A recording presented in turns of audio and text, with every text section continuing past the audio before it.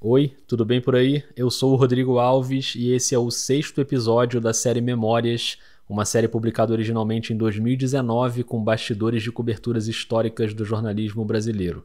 A série volta no dia 5 de janeiro com episódios inéditos e até lá eu estou republicando os 8 episódios originais de 2019, só que com um novo tratamento de áudio com todas as locuções regravadas com uma qualidade melhor. Esse episódio especificamente sobre o assassinato da irmã Dorothy Stang no Pará, ele é bem especial para mim porque ele foi finalista do prêmio Vladimir Herzog em 2020, que me deixou muito feliz. Então espero que você goste dessa reedição. Eu prometo que vai ser uma experiência melhor de ouvir, assim com áudio remixado, com tudo bonitinho. Vamos nessa? O Vida de Jornalista tem o selo da Rádio Guarda-Chuva. Jornalismo para quem gosta de ouvir.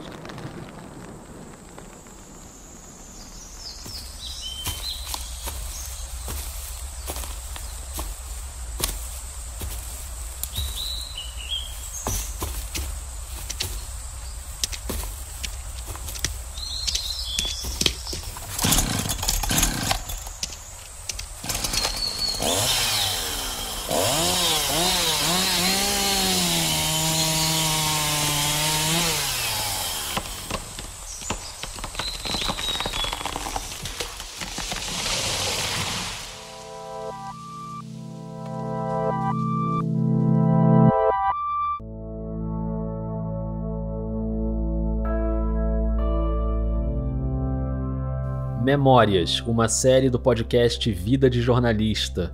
Aqui a gente volta ao passado para reviver coberturas históricas do jornalismo brasileiro, conversando com quem esteve lá. Esse episódio vai até fevereiro de 2005, no município de Anapur, no Pará, para lembrar o assassinato da irmã Dorothy Stang, uma freira missionária que aos 73 anos morreu com 6 tiros por defender os pequenos agricultores e o desenvolvimento sustentável na Amazônia. Quem ajuda a gente a recordar essa história é a Helena Palmquist, jornalista do Ministério Público Federal do Pará, que já trabalhava lá naquela época e conhecia muito bem a irmã Dorothy. Ela era uma senhora idosa, de cabelos brancos. Ela era muito firme, aguerrida, porém doce. E tinha um compromisso inatacável com aquelas pessoas, entendeu? Ela era incorruptível. Eles não iam conseguir demovê-la de nenhuma outra forma. Por isso que eles se sentiram obrigados a matá-la. Não posso largar essa luta porque eu sei que o povo tem razão. Então, eles pensam que com isso eu vou amedrontar e cair fora, mas eu não vou. Essa voz serena, mas de palavras firmes, com sotaque carregado, essa voz é da americana Dorothy Mae Stang, a irmã Dorothy, que nasceu em 1931 na cidade de Dayton, nos Estados Unidos, e entrou para a vida religiosa nos anos 50. Ela era integrante da Congregação das Irmãs de Notre-Dame de Namur, uma organização católica de origem francesa, presente em quase 20 países, com a missão de educar a população mais pobre. Notre-Dame de Namur foi a universidade onde ela se graduou, na Califórnia, e uma dessas missões trouxe a irmã Dorothy para o Brasil em 1966. Ela começou no Maranhão, mas na década de 70 já tinha um trabalho importantíssimo na Amazônia, com trabalhadores rurais da região do Xingu. A grande bandeira dela era a questão ambiental, a geração de empregos, o cultivo da terra, mas de maneira sustentável. E como a gente está cansado de saber, tem muita gente poderosa no Brasil que é contra desenvolvimento sustentável. Muita gente achando que o progresso te dá o direito de atropelar a natureza. Eu sei que isso soa bem familiar para a realidade que o país vive hoje, né? Queremos um fim na indústria da multa praticada pelo IBAMA e CMBio junto ao campo. Vamos botar um ponto final em todos os ativismos do Brasil. Se eu assumir, não tem 1 centímetro quadrado mais para a terra indígena, ok? Essa é a minha resposta.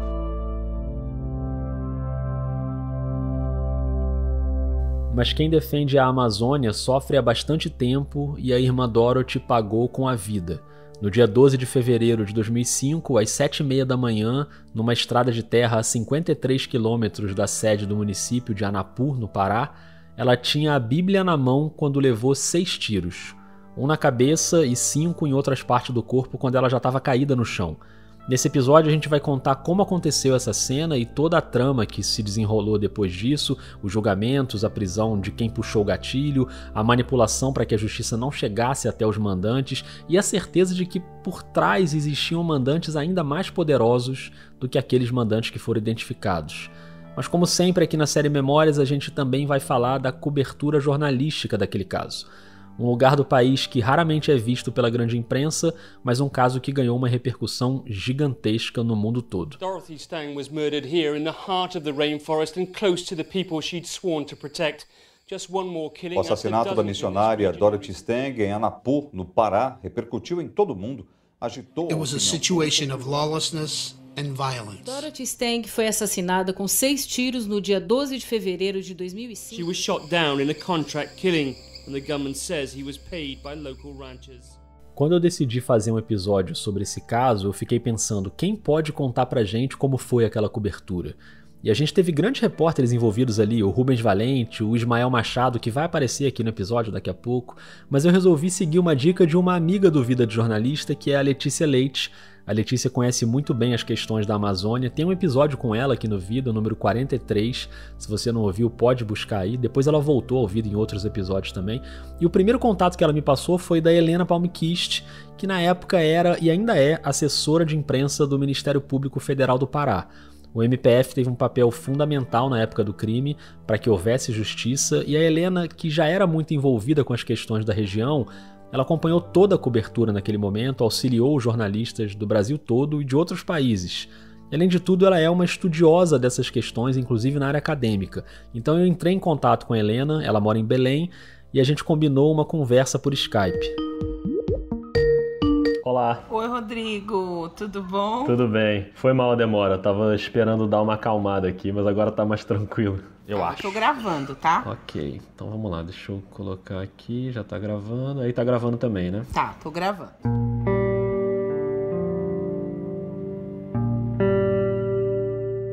A Helena Palmquist é jornalista há mais de 20 anos, a maior parte deles no Ministério Público Federal. E aqui no Pará, né, buraco quente, então eu lido com muitas questões tensas sempre. Naquela época, em 2005, ela tinha acabado de entrar para a assessoria do MPF. Ela já tinha trabalhado na TV Liberal, na TV Cultura, no jornal O Paraense, sempre fazendo matérias sobre as questões amazônicas. E quando ela estava no Diário do Pará, ela foi chamada para ir para o MPF, que ainda não tinha uma assessoria profissional. A Helena foi instalar a assessoria. Ela entrou em abril de 2004, menos de um ano antes do assassinato da Dorothy. Na época eram só 3 procuradores do MPF no Pará inteiro, em 2019 já eram 28, a estrutura evoluiu bastante, mas na época eram esses 3 procuradores e a Helena com um computador e um fax tentando emplacar essas pautas importantes sobre questões ambientais e conflitos agrários. E a irmã Dorothy já era uma figura muito presente nessas pautas. Eu conhecia ela ia muito lá no MPF. Eu acompanhava reuniões em que ela estava para fazer uma matéria, para cavar uma pauta e tal, mas não deu tempo da gente ficar muito próxima, porque ela morreu muito rápido. Porque qual era a luta da irmã Dorothy? Ela viveu mais de 40 anos ali na Transamazônica, no Anapu, né? Que é o município onde ela viveu e morreu. E ela dizia que ela começou a ver, porque o Fernando Henrique tem muita relação com a hidrelétrica de Belo Monte, tudo que acontece ali, né? O Fernando Henrique anunciou no final do governo dele que ele ia construir Belo Monte. E isso já atraiu imediatamente um grande contingente de famílias pobres, desesperadas para lá. Para quem não sabe, Belo Monte é uma usina hidrelétrica gigantesca que até hoje não está 100% em funcionamento e teve a construção paralisada várias vezes por causa de protestos de ambientalistas, de povos indígenas, desde os anos 80.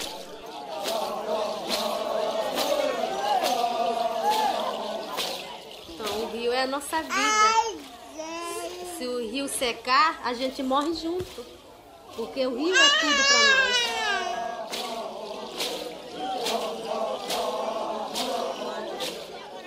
Em 89, por exemplo, teve o encontro dos povos indígenas do Xingu, em Altamira, e a cena famosa da Índia Tuíra encostando a lâmina do facão no rosto do então presidente da Eletronorte. Irritados, os índios começaram a argumentar.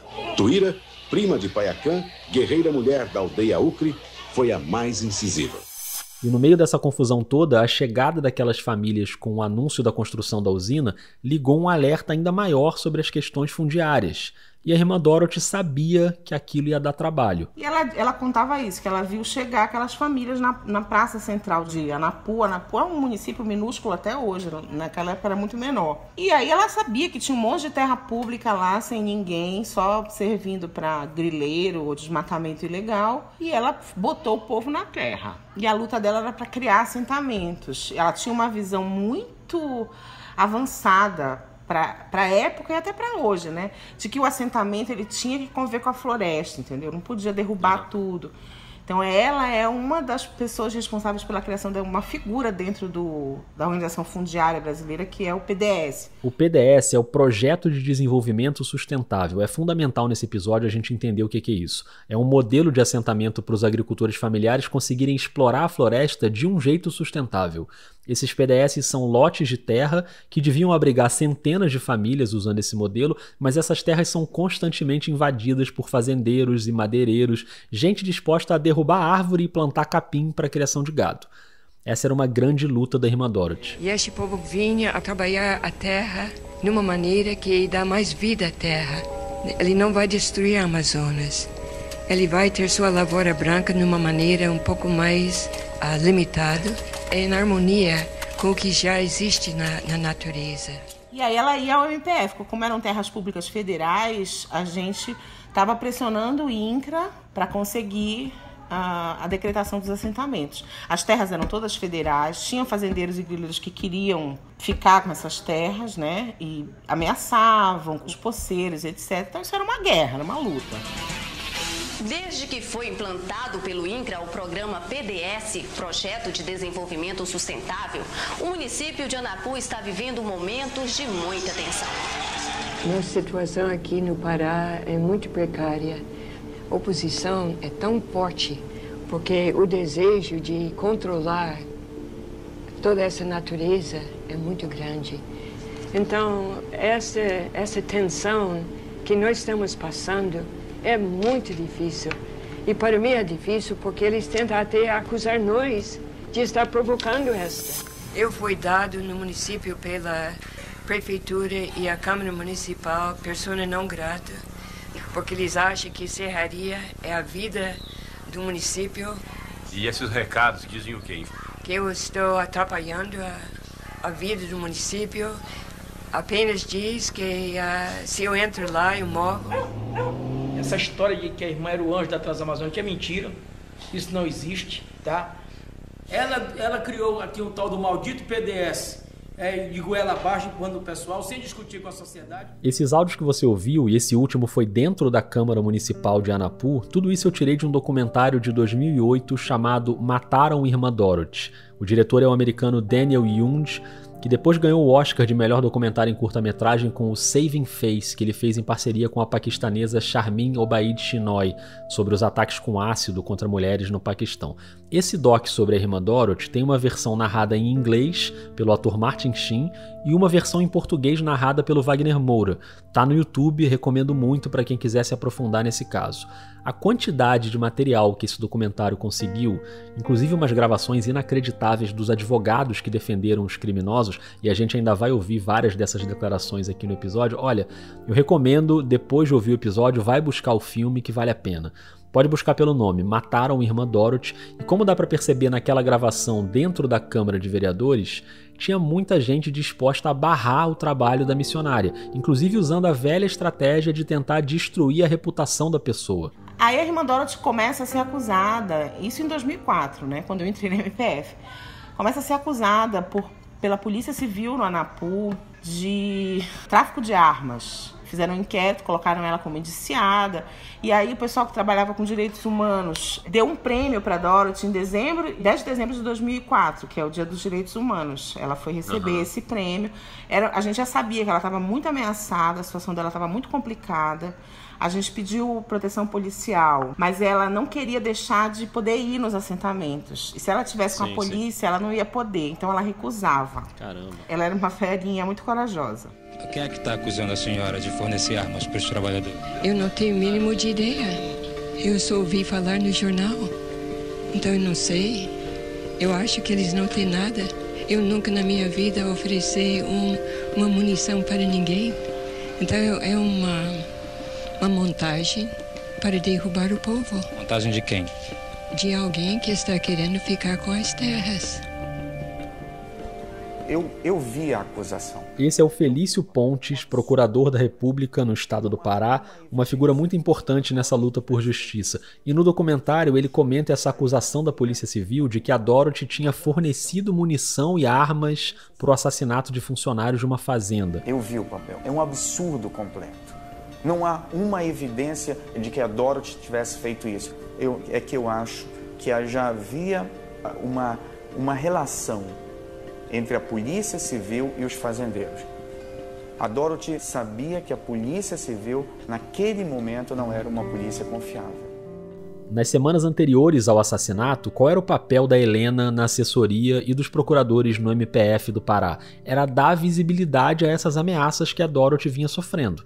E a situação estava chegando perto de um limite muito perigoso. A Dorothy falava com todas as letras que estava sendo ameaçada pelo Regivaldo Pereira Galvão, fazendeiro que tinha o apelido de Taradão. A gente já vai falar um pouco mais sobre ele. Quem que está comandando hoje as ameaças? Quem é que está por trás? Nós sentimos que é Taradão, que é Regivaldo Pereira Galvão. Eu acho que eles querem me tirar do meio, porque eu sinto muito que eu não posso... Com o que eu sei, não posso largar essa luta, porque eu sei... A gente viu que a situação estava muito perigosa, os movimentos sociais mandaram um documento pra gente, com ela denunciando as ameaças que ela estava sofrendo e pedindo proteção. E a partir disso, o procurador, o Dr. Felício Pontes, ele mandou um ofício para as autoridades de segurança pública relatando a situação. E eu passei essa história para um jornalista que fazia matéria para o Globo, mas é um cara aqui de Belém, o Ismael Machado. Ele fez a matéria, vendeu para os editores do Globo e eles se recusaram a publicar, disseram que não valia, entendeu? Tipo, muito pouco tempo antes do assassinato. Quando a Helena me contou essa história, é claro que eu fiquei muito curioso para entender os detalhes dessa matéria que acabou não saindo, e ninguém melhor que o próprio Ismael Machado para contar isso pra gente. Um baita repórter com muita experiência nesse assunto, que participou de outras coberturas muito relevantes, então tá na hora de convidar o Ismael para participar da nossa conversa. A gente se falou pelo áudio do WhatsApp, então conta pra gente, Ismael, o que significou aquela cobertura para você e como foi a história da entrevista com a Dorothy que não foi publicada a tempo de amplificar a denúncia daquelas ameaças. Rodrigo, bom, o episódio da cobertura da Dorothy Stang, ele se insere nos 3 que eu considero, da minha carreira de jornalista, os meus três grandes coberturas de crimes que se tornaram emblemáticos, né? O massacre lá de Corumbiara, em Rondônia. Eu morava lá, eu era repórter da TV local. Depois mudei para Belém, que eu sou de Belém, e cobri o massacre de Eldorado dos Carajás, né? Também o julgamento, já cobri o julgamento. E por fim a Dorothy Stang, né? Também que foi um crime de repercussão tamanha, né? Eu fui o último repórter a entrevistar a Dorothy. Por intermédio da assessora do Ministério Público Federal, Helena Palmekist, que sempre foi uma fonte muito precisa para mim, muito presente. Ela havia me falado de uma denúncia que tinha surgido no Ministério Público Federal, da Dorothy sendo ameaçada pelo Regivaldo, que era conhecido por Taradão, né? Regivaldo Pereira Taradão. E a Dorothy tinha feito essas denúncias, né, no Ministério Público Federal, acatadas, né, pelos procuradores. Informado disso, eu peguei a denúncia, né, e fui até a Dorothy. Ela estava em Belém, na casa das irmãs, né, da qual ela fazia parte. E aí a gente sentou e conversou, entrevistei. Foi mais ou menos 1h30 de conversa. E ela falando do que ela com o sotaque dela, falava-se o Taradão, que era o Regivaldo. Bom, e aí eu passei essa pauta para o Globo. Eu disse, olha, tem uma entrevista muito boa com a missionária da Stang, contei o episódio e tal. Só que esbarrou no problema, a pauta ficou indo e voltando nas reuniões de pauta na redação do Globo, na mesa, por conta de uma filigrana que era o seguinte, de não haver o outro lado, de não ter ouvido o Regivaldo. Eu explicava que em Anapu, na época, só não existia ainda a época de celulares, né? Não estávamos com celulares ainda tão presentes em nossa vida. Tinha telefones públicos na frente da delegacia, na frente da prefeitura e tal, mas não havia assim. Então, conseguir falar com o Regivaldo era um negócio quase impossível, né, nessa situação, nesse contexto. E eu argumentava que Como era uma denúncia oficial, que estava respaldado por documentos do Ministério Público Federal, isso merecia que isso fosse entrar no jornal e tal. Bom, enfim, isso ficou durante uma semana.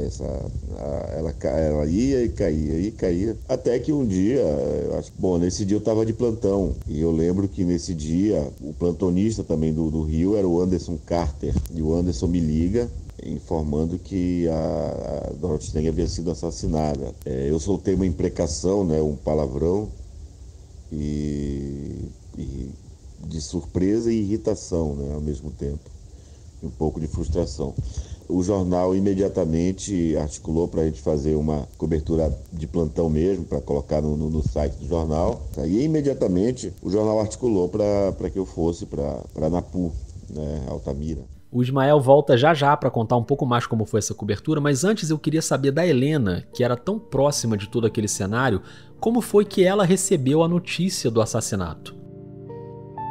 Eu lembro perfeitamente, com muita riqueza de detalhes, no momento que eu recebi a notícia. Eu estava num casamento de uma colega do MPF, então estava todo mundo do MPF nesse casamento, no sábado de manhã, dia 12 de fevereiro de 2005. E aí começaram a me ligar alguns jornalistas aqui de Belém dizendo que tinha um boato que a irmã Dorothy tinha sido assassinada.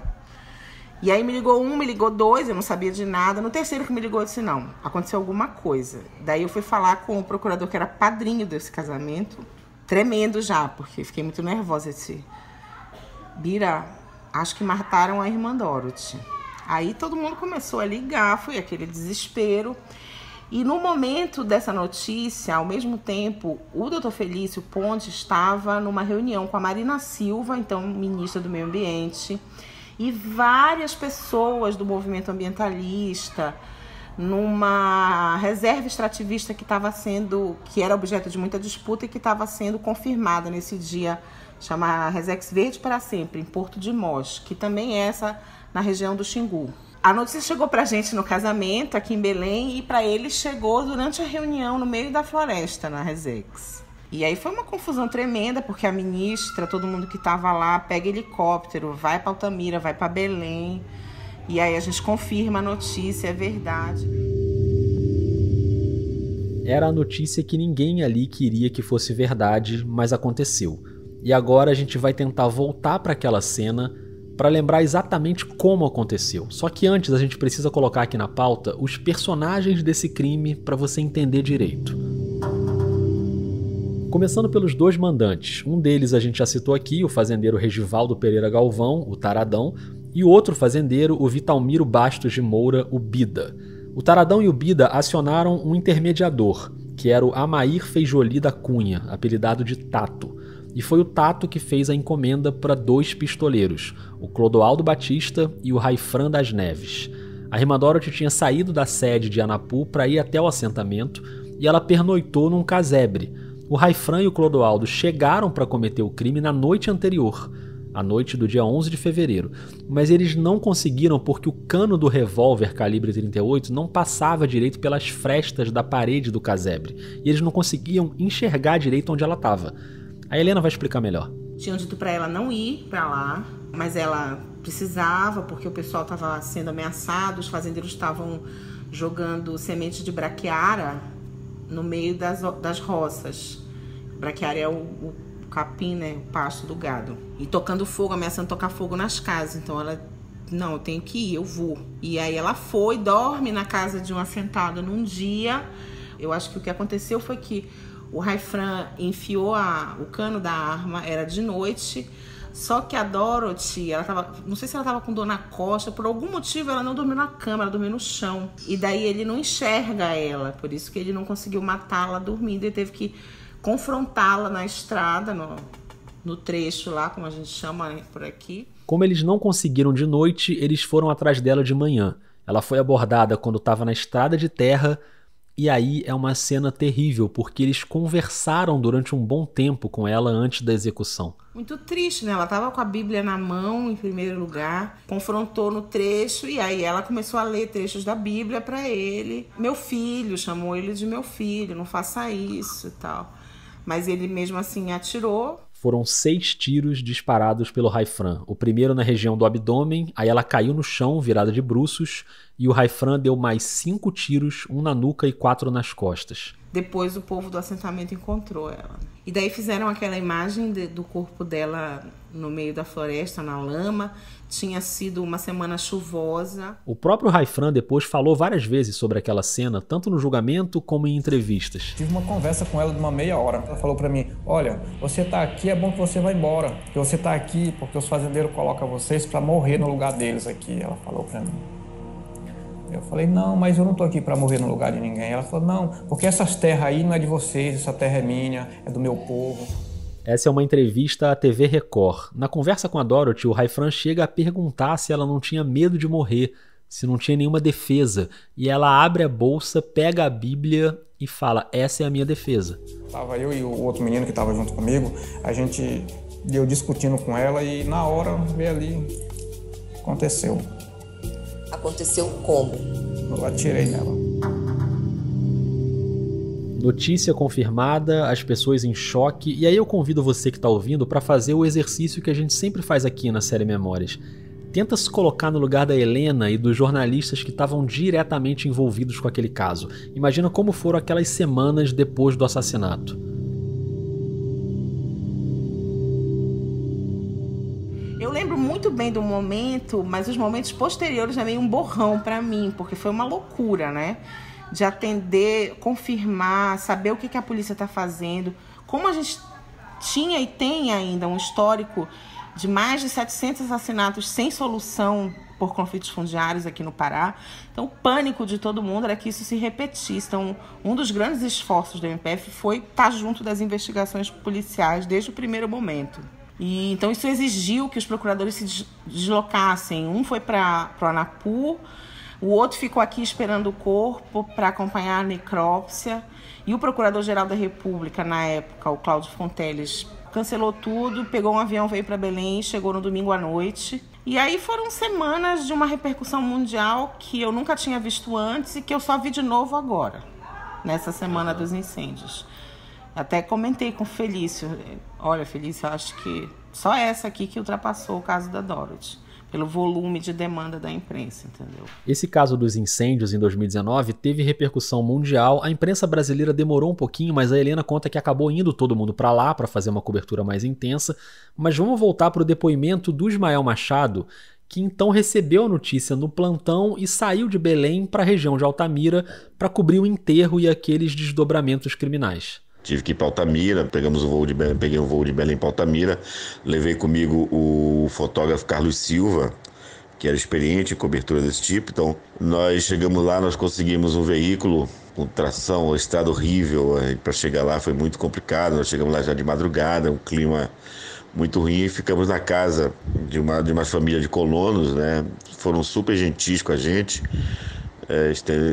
Armaram redes, fizeram alguma comida para nós e nós ficamos ali. E no dia seguinte foi a comoção, né? Então muitos políticos se fizeram presentes, né? Muita gente de fora começou a chegar. Então assim, o enterro foi uma cerimônia catártica, né? Um ato político. E eu fiquei 12 dias lá, né? Então foram vários dias de cobertura. Foi bem marcante, foi bem importante para mim. Voltei depois, em outros momentos, lá para Anapu, de aniversário de morte dela, com aquelas caminhadas da terra, né? Que se tornou assim, uma tradição. Nós estamos bem no centro do projeto de desenvolvimento sustentável Esperança, que foi todo idealizado e concretizado pela irmã Dorothy enquanto ela esteve conosco. Esse é novamente o procurador Felício Pontes num vídeo da Panamérica Filmes que documentou uma dessas romarias, um evento que já existia antes da morte da irmã Dorothy para celebrar o Dia do Lavrador, e depois do crime esse dia ganhou um outro contorno e as pessoas refazem o trajeto na estrada de Anapu até o PDS Esperança, onde ela foi assassinada. Acharam que matando a irmã Dorothy iriam conseguir matar o projeto. E o resultado disso foi exatamente o contrário. Então é isso, foi uma cobertura muito marcante para mim enquanto repórter, na loucura que é você ser o correspondente de um jornal do sudeste do Brasil para uma região tão grande como é a Amazônia. Aquilo que a gente tenta vender como pauta durante meses De repente tem 100 jornalistas querendo. E aí eu tinha que dar conta de atender todo mundo, marcar entrevista para todo mundo, passar informação para todo mundo, explicar como chega no ANAPU, quem pode ajudar, onde pode contratar carro, de tudo que tu podes imaginar. Desde informação até logística, porque o ANAPU tinha um hotel com 2 quartos nessa época. Eu não sei nem como que os jornalistas fizeram para dormir lá. No primeiro momento a gente achou não vai ter repercussão. Eu até estava revendo essa cobertura outro dia para fazer um relatório. E no sábado saiu uma notinha na Folha. Foi o único jornal que deu, porque foi de manhã, os jornais já estavam fechados, saiu uma notinha na Folha. No dia seguinte já saiu umas matérias um pouco maiores, mas o assunto só dominou as manchetes a partir de segunda ou terça. E aí começou a vir a imprensa do mundo inteiro, e aí se teve uma dimensão de quem era a Dorothy, e ao mesmo tempo a investigação policial rolando. E foi muito rápido, em uma semana eles prenderam os pistoleiros, chegaram a um mandante, o Vitalmiro, que era menos poderoso, e depois ao outro que é mais poderoso, que é o Regivaldo Galvão. A gente está entrando agora numa parte muito importante dessa trama, que é a investigação da polícia e, claro, os julgamentos. Só que antes eu vou te apresentar um personagem que eu queria que você prestasse bastante atenção. Tenta imaginar essa cena. É uma sala pequena, com um sofá bege com umas almofadas grandes, e nesse sofá tá um homem de cabelos grisalhos, com umas entradas, meio calvo, mas com uma barba branca enorme e uns óculos de armação preta bem grossa. Ele tá vestindo uma calça social, uma blusa social branca com mangas dobradas e a gravata listrada meio caída pro lado, porque ele tá recostado nas almofadas. Tá fumando um cigarro e mexendo muito as mãos enquanto ele fala. Nós temos que mostrar o seguinte, que nós, advogados de defesa, não temos medo, nós vamos enfrentar, vamos pro combate. Tem americano no meio? Ah, todo mundo vai puxar o saco do americano. Se tem uma freira, um padre no meio, vai todo mundo puxar o saco da freira, do padre. A gente tem que encarar no tribunal do júri. São 7 jurados e a gente vai ter que convencer 4. É isso só. Pra mim basta. O jurado é analfabeto, parece o Bira, que não sabe ler também.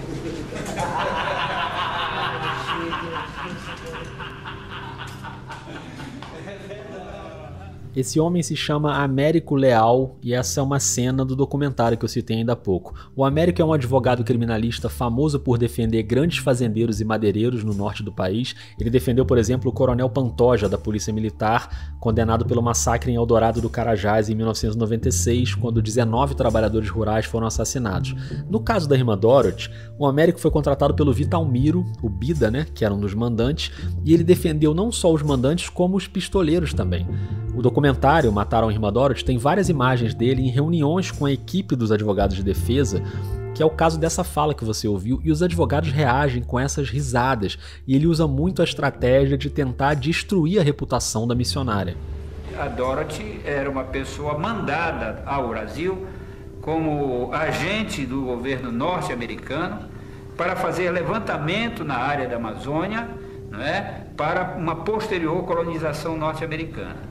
Sabe também que a Dorothy, ela não era freira, que ela promovia essas invasões, ela foi expulsa do Brasil, aí chegou lá na América do Norte, vestiu o vestido de freira, voltou pra cá, entrou como freira e aí tá como freira, entendeu? Essas risadas são meio assustadoras, né?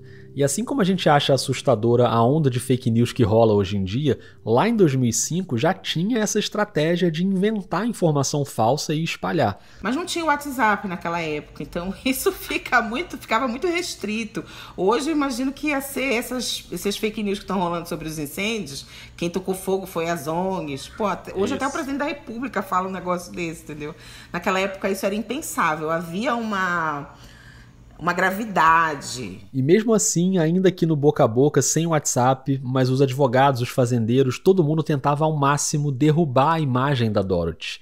E aí eu quis saber da Helena, que conheceu e conviveu com a Dorothy, por que ela era essa pessoa que assustava tanto os poderosos a ponto de acontecer o que aconteceu. Primeiro, uma pessoa de imensa coragem, como poucos que eu conheci e vi atuar na vida. Claro que aqui tem muita gente muito corajosa na Amazônia, principalmente nessas situações. Mas ela, e além de ser muito corajosa, ela era uma freira. Ela era uma senhora idosa, de cabelos brancos. Ela era muito firme e aguerrida, porém doce. E tinha um compromisso inatacável com aquelas pessoas, entendeu? Ela era incorruptível. Eles não iam conseguir demovê-la de nenhuma outra forma. Por isso que eles se sentiram obrigados a matá-la.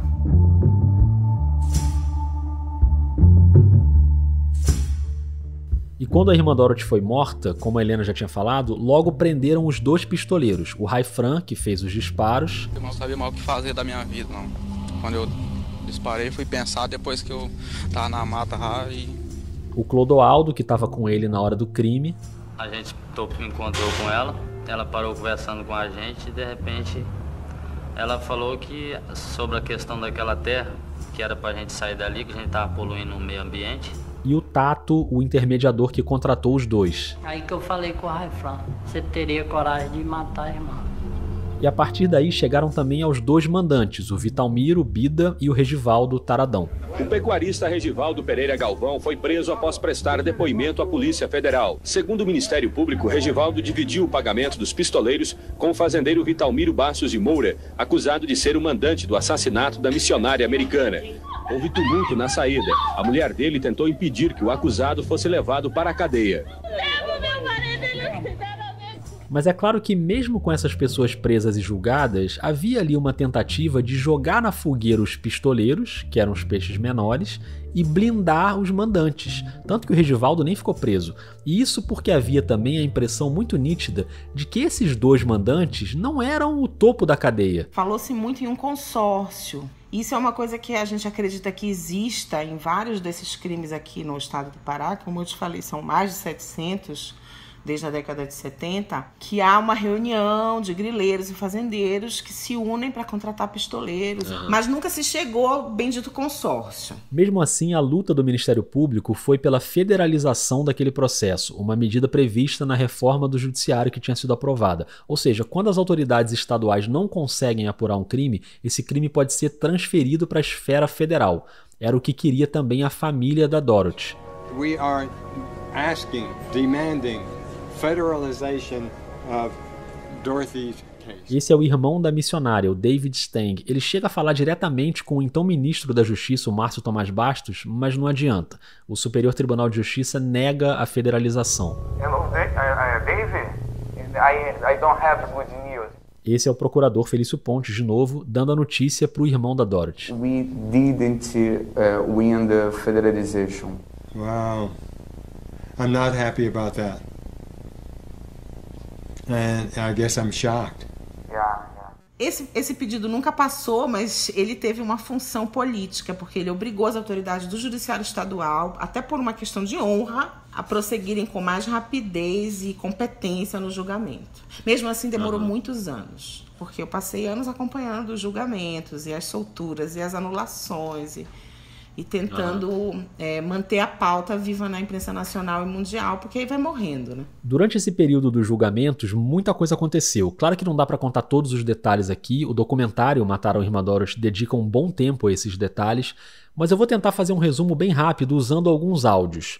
Começando pelo Américo Leal, que era o advogado dos 2 mandantes e dos 2 pistoleiros, mas pouco antes do julgamento do Raifran e do Clodoaldo, eles percebem que a estratégia era poupar os mandantes e eles dispensam o Américo. Esse Raifran é um cidadão que matou a Dorothy, parece que foi a primeira pessoa que ela matou, não é? Porque se aborreceu com ela, qualquer coisa. O Vitalmiro, ele não mandou. Nem também esse taradão, não houve aí um crime de encomenda, houve um homicídio simples em que o sujeito discutiu com o outro e tudo mais e deu tiro, né? E se aborreceu com ele e deu tiro. É muito difícil você sobreviver quando aborrece as pessoas naquela região. Aí, Fran, qual o motivo que somente hoje, neste julgamento, você não quis mais ser assessorado pelos advogados? Eles queriam que eu assumisse e livrasse os outros lá e ficasse eu na cadeia com toda a culpa, que tudo pela minha causa. Eu falei para eles que não vou fazer isso, que ia falar a verdade, que não vim aqui para mentir. E encontraram a Dorothy. Quando encontrou a Dorothy, reacendeu o negócio do planejamento. Tu tens coragem de matar esta velha? E ele diz: se a senhora não resolveu nada até agora, a senhora não vai resolver nada. E dá um tiro. Raifran das Neves Salles, a pena base de 28 anos de reclusão. Clodoaldo Carlos Batista, 17 anos de reclusão.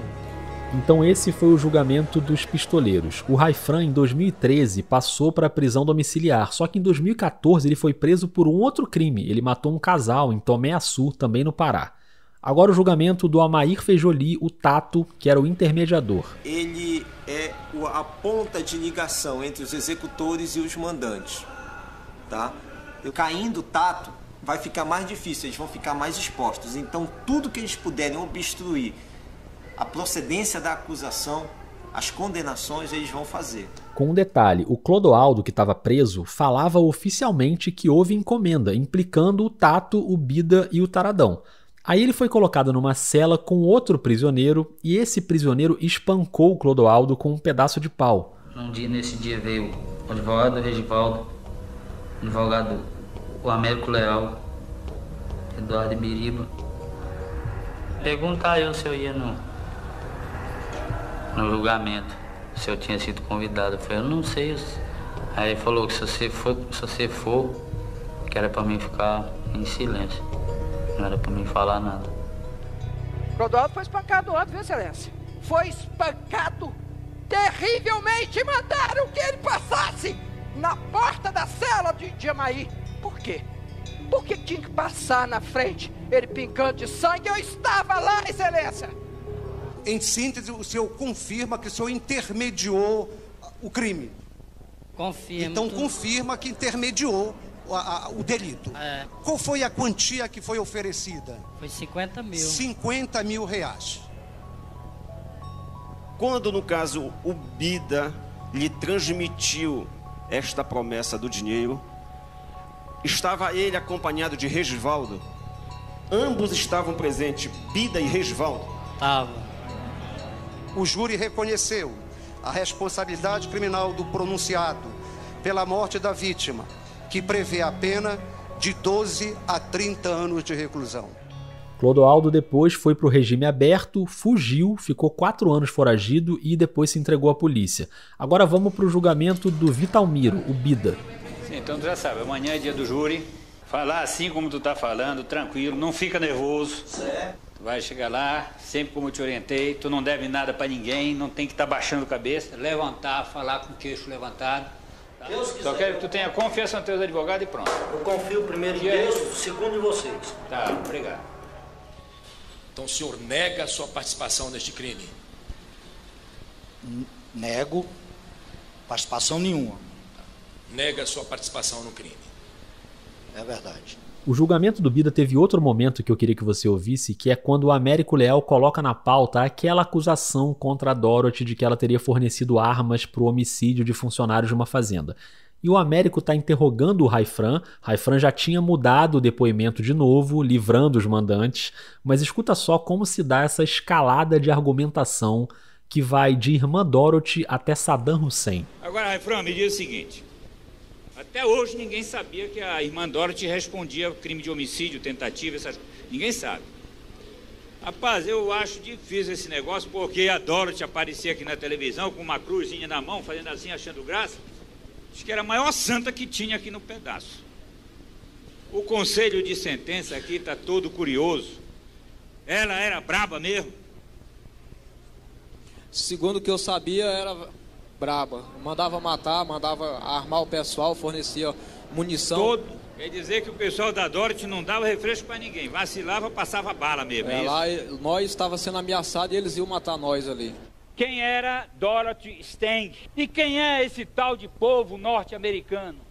Se vossas excelências forem fazer um mapa, por onde ele anda é um rastro de violência, um rastro de sangue, um rastro de desgraça. Disseram que o Saddam Hussein tinha arma química e invadiram, mataram gente, mais de 1 milhão de pessoas. É este o DNA que gerou a Dorothy. O DNA da violência. O DNA do matar. Em Guantánamo, onde tem essa prisão norte-americana, eles torturam as pessoas. Olha só. Vossas Excelências estão aptos a votar, a julgar? Vamos à votação, por favor. Os jurados acabaram não comprando essa argumentação do DNA violento dos americanos e o Bida foi condenado. O júri aceitou a tese do Ministério Público de crime de homicídio duplamente qualificado por maioria de votos. Além de perversa e covarde, quando destruiu a vida de uma anciã indefesa, pelo fato de a justiça ter o dever de reprimir rigorosamente a conduta do réu, condeno Vitalmiro Basto de Moura a pena de 30 anos de reclusão. Quem recebia pena superior a 20 anos tinha direito a um segundo julgamento. Nesse segundo julgamento, o Bida foi absolvido, mas o Ministério Público recorreu e anulou, e ele foi condenado de novo a 30 anos. O Regivaldo Taradão, que era um dos maiores latifundiários da região, ficou pouco tempo preso na época. Depois de 1 ano e 4 meses na prisão, Regivaldo Pereira Galvão, um dos mandantes acusados do assassinato da irmã Dorothy Stang, entrou com pedido de habeas corpus ao Supremo Tribunal Federal. Numa acariação entre Regivaldo e o intermediário Tato, Regivaldo negou qualquer envolvimento com o crime. Eu não fiz negócio contigo, eu vendi essa terra para lá, eu não tinha interesse nenhum em relação... Esse habeas corpus saiu e mesmo com a condenação a 30 anos de prisão, que tinha acontecido em 2010, depois com a pena reduzida para 25 anos, ele conseguiu uma liminar do Supremo e foi preso de novo só em abril de 2019. A Polícia Civil do Pará cumpriu o mandado de prisão contra o fazendeiro Regivaldo Pereira Galvão em Altamira, nesta terça-feira. Ele vai cumprir 25 anos de prisão em regime fechado pelo crime ocorrido em Anapu, há 14 anos. A relação mais difícil de fazer foi com o Regivaldo, que era um cara mais poderoso, que só foi preso esse ano. Olha só quanto tempo depois do assassinato. Ele só foi preso para cumprir pena esse ano, porque é o cara que tinha cacife para pagar advogados, para conseguir habeas corpus, trancamentos processuais, enfim, usar de todos os recursos previstos no Código Penal, né? No processo penal. Então ele foi o último a ser preso. Tanto que todos já cumpriram pena. Ele começou a cumprir pena agora.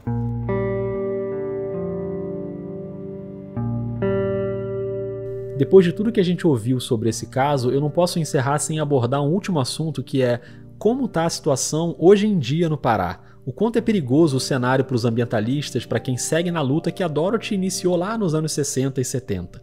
E para isso eu quero colocar aqui na conversa o Victor Ferreira, repórter da Globo News, que em agosto de 2019, pouco antes da publicação desse episódio, ele esteve em Anapu, conversou, por exemplo, com a irmã Jane, né, ou a irmã Jane, que é contemporânea da Dorothy, e ele produziu um documentário especial sobre a Amazônia e desmatamento, dividido em 3 partes, que a Globo News exibiu. Eu mandei um e-mail para o Victor e pedi para ele contar um pouquinho para a gente como foi essa viagem e o que ele viu por lá. Fala, Rodrigo, bom dia. Ele me respondeu com um áudio numa manhã de sábado. Aqui é o Victor, respondendo o teu e-mail aqui por áudio. Obrigado pela lembrança e pelo convite. Um mês atrás a gente foi para Anapu, no Pará, para mostrar um pouco a situação da Amazônia, tanto em territórios indígenas como em assentamentos da reforma agrária. Sobre a reforma agrária especificamente, nós conhecemos a irmã Jane Dwyer, que é uma religiosa da congregação de Notre Dame de Namur, que é a mesma congregação da irmã Dorothy. Com licença. Olha, logo na entrada da casa tem uma imagem da irmã Dorothy. Tudo bem? Tudo bem, você? Tô vendo que a imagem da irmã Dorothy tá por toda a casa, né? É, porque ela faz parte da história de Anapu e de nós aqui. A irmã Jane começou o trabalho dela lá quando a Dorothy ainda estava viva. Elas viveram juntas, trabalharam juntas. E quando a Dorothy foi assassinada em 2005, a irmã Jane continuou com mais uma outra religiosa. Elas continuaram o trabalho da Dorothy na região. E agora, quase 15 anos depois, a vida ainda está sob ameaça. Assim. A vida das duas irmãs, especificamente. Muitos trabalhadores rurais. Só nos últimos 5 anos, 13 lideranças e trabalhadores rurais foram assassinadas em Anapu, segundo a Comissão Pastoral da Terra. Um levantamento da CPT revela que nos últimos 5 anos, 227 lideranças e trabalhadores rurais foram assassinados no Brasil. 73 mortes foram só no Pará, o estado mais violento do país para quem vive no campo. Só aqui em Anapu foram 13 assassinatos nesse período. Erasmo teme ser o próximo. A gente vai para o núcleo do assentamento da comunidade, tá? Conhecer em local a comunidade, tá? Que sofre bastante com ameaças E mesmo assim elas continuam. Tem sempre um clima de tensão no ar, elas relatavam o tempo todo que circula sempre na cidade uma lista de pessoas que estão marcadas para morrer. Aqui sempre tem lista de quem vai morrer. O povo só fala de lista, quem está na lista, de quem está no processo de enfrentar uma bala.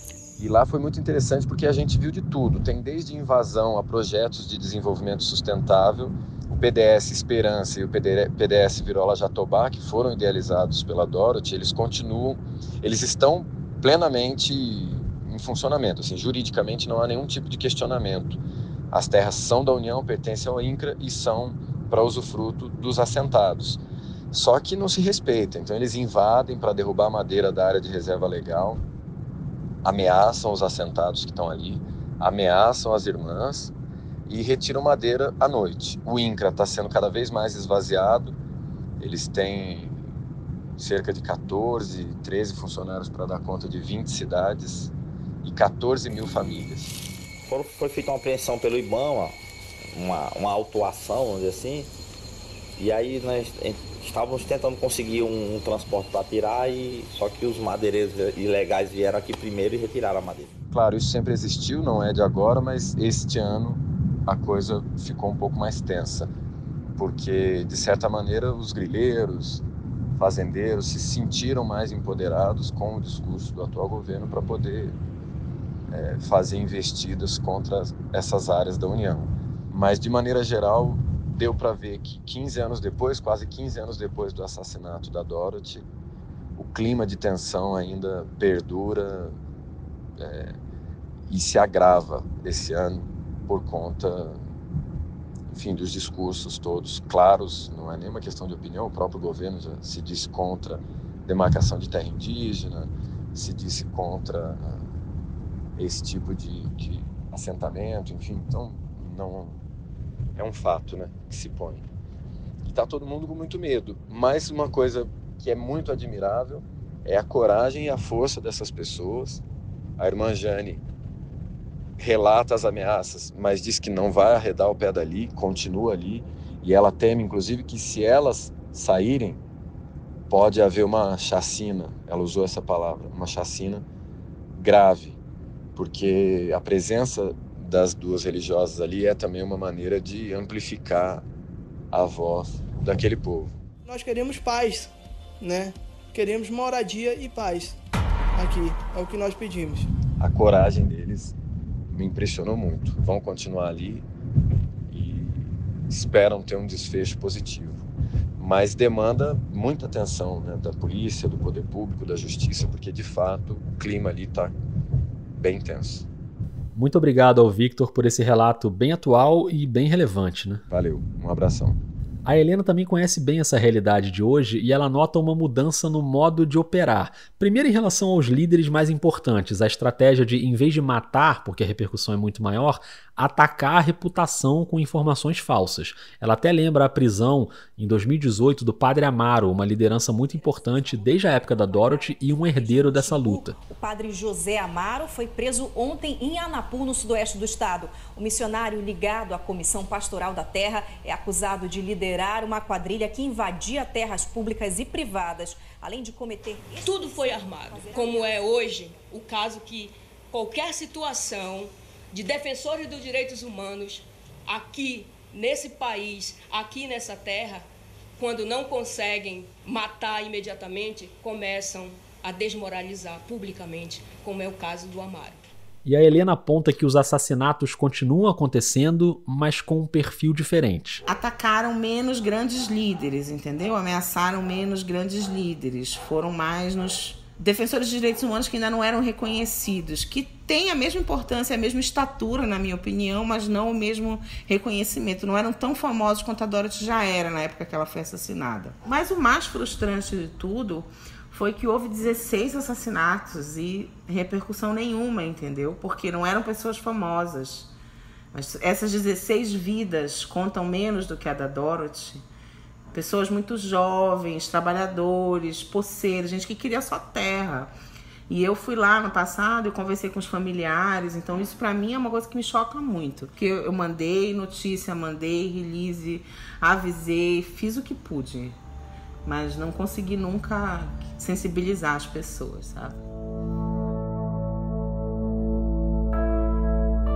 Obrigado demais por ter batido esse papo, foi super esclarecedor, eu sei que seu trabalho é importantíssimo, fico muito feliz, obrigado por você ter topado e conversar com a gente, valeu. Eu que agradeço, adorei, viu? Que bom. Vamos nos falando. A Dorothy foi um exemplo de vida, o povo da Amazônia, quem cultiva a terra não morre, e ela morreu pela terra. Esse povo tem que agradecer muito a ela, eu não tive a oportunidade de conhecer ela, e hoje tenho uma terra graças a ela. Nós acreditamos em Deus que se cai meu levanta.